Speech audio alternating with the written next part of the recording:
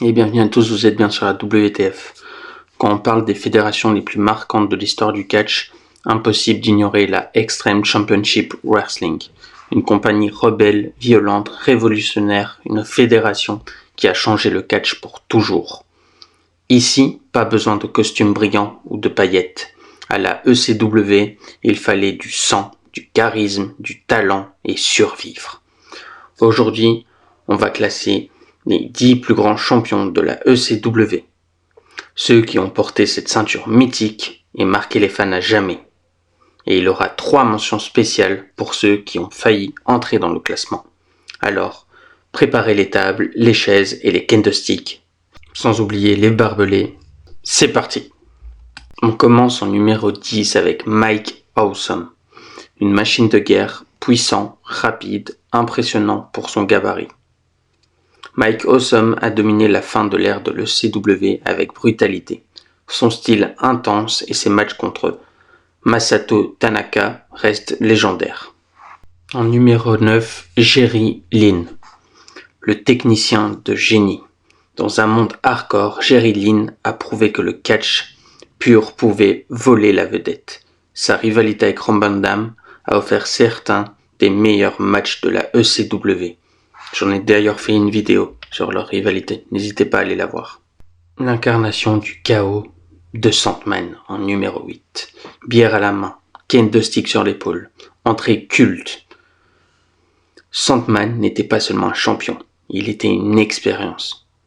Petit par la taille, mais immense par la domination. En numéro 7, Taz. Taz était une machine à soumission et à souplex. Un champion crédible, capable de détruire n'importe qui. En numéro 6, le franchise player. Shane Douglas. Sans lui, la ECW n'aurait jamais peut-être explosé. Quand il jette le titre de la National Wrestling Alliance au sol, l'histoire change. Car il dit « Ce soir, devant Dieu et mon père, comme témoin, je me déclare champion du monde poids lourd de la ECW. » Il aura un match incroyable, notamment contre Terry Funk et Sabu. En numéro 5, Quote the Raven Nevermore. Vous l'aurez compris, c'est Raven, un personnage sombre, différent, avant-gardiste. Ses promos psychologiques et sa guerre contre Tommy Dreamer ont marqué toute une génération. En numéro 4, le cœur de la ECW, Tommy Dreamer. Tommy Dreamer représentait la loyauté, la souffrance et la passion.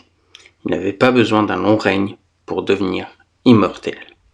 Donnez-lui juste une poubelle avec divers objets dedans, notamment le fameux candlestick. En numéro 3, le légendaire Sabu, le fou génial. Table, chaise, saut impossible, violence artistique. Sabu a repoussé toutes les limites du catch hardcore moderne. Qu'il repose en paix. En numéro 2, Monsieur Pay-Per-View, Rob Van Dam. Le plus spectaculaire de tous. Agilité, charisme, style unique.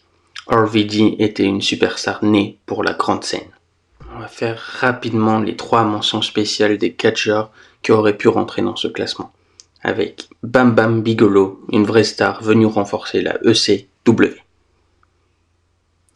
Ensuite, il a Justin Credible. Champion souvent oublié, mais important en fin d'ère de la ECW. Et Steve Corino, heel exceptionnel et grand talker. On termine en numéro 1 avec Terry Funk, le numéro 1.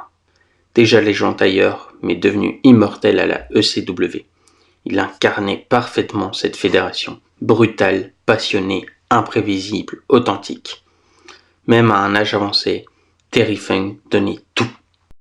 Alors, est-ce que tu es d'accord avec ce classement? Qui aurait dû être numéro 1 pour toi? Qui manque dans le top? Dis-moi ça en commentaire. Et si tu veux d'autres classements catch, des plus grands champions, que ce soit WCW, ROH ou d'autres fédérations, n'hésite pas à me le dire.